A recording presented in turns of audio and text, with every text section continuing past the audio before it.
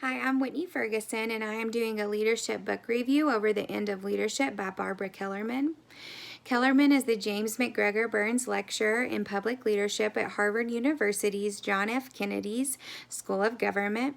She's the founding director and research director for the school's Center for Public Leadership. In 2009, Forbes.com ranked her among the top 50 business thinkers.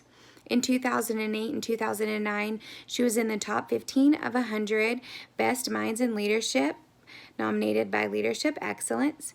In 2010, she received the Wilbur M. McFarling Award for her pioneering work in leadership and followership.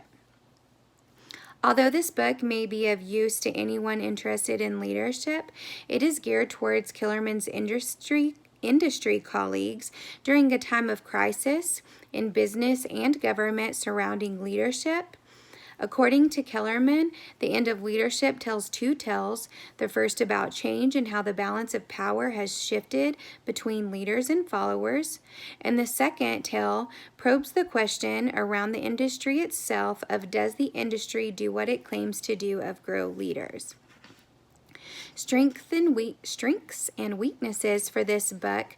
The strengths would be that Kellerman does a great job of incorporating technology into her book, and she also discusses other cultures, which I was really appreciative of. She does a good job of appealing to both leaders. So whether you're a CEO or you're the low man on the totem pole, she also appeals to those followers. Weaknesses include that it's a hard to follow book. There's a couple of chapters that if you just don't push through them, you can really get beat down on. And it really takes the whole book together to be able to understand the concepts behind the book. Kellerman also wrote several other books that this book builds upon. So if you're not privy to the knowledge in those other books, it may be hard to catch on. Kellerman does a great job at describing how technology has a significant impact on the change of leadership. Chapter 5, Downgrading Leaders, discusses people such as Bill Clinton and Monica Lewinsky and how their affair really led to the demise of Clinton's leadership. Kellerman states the degradation of American culture gives us the license to pry and probe into our leaders' personal lives and to diminish and demean their professional performances.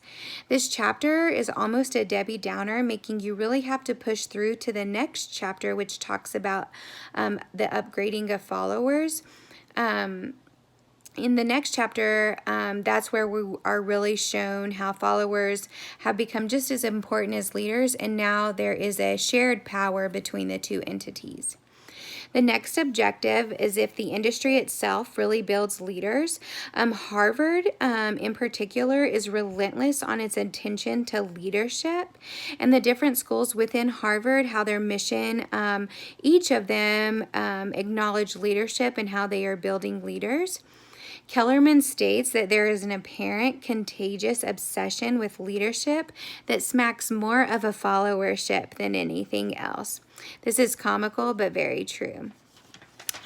Kellerman does a great job in explaining that there's a huge gap in the amount of dollars spent on educating for future leaders than the measurement of if we are really providing increased quality and quantity of leadership. This book is a hard read, and if one is not as knowledgeable about political and historical events, then I do not recommend this book for you.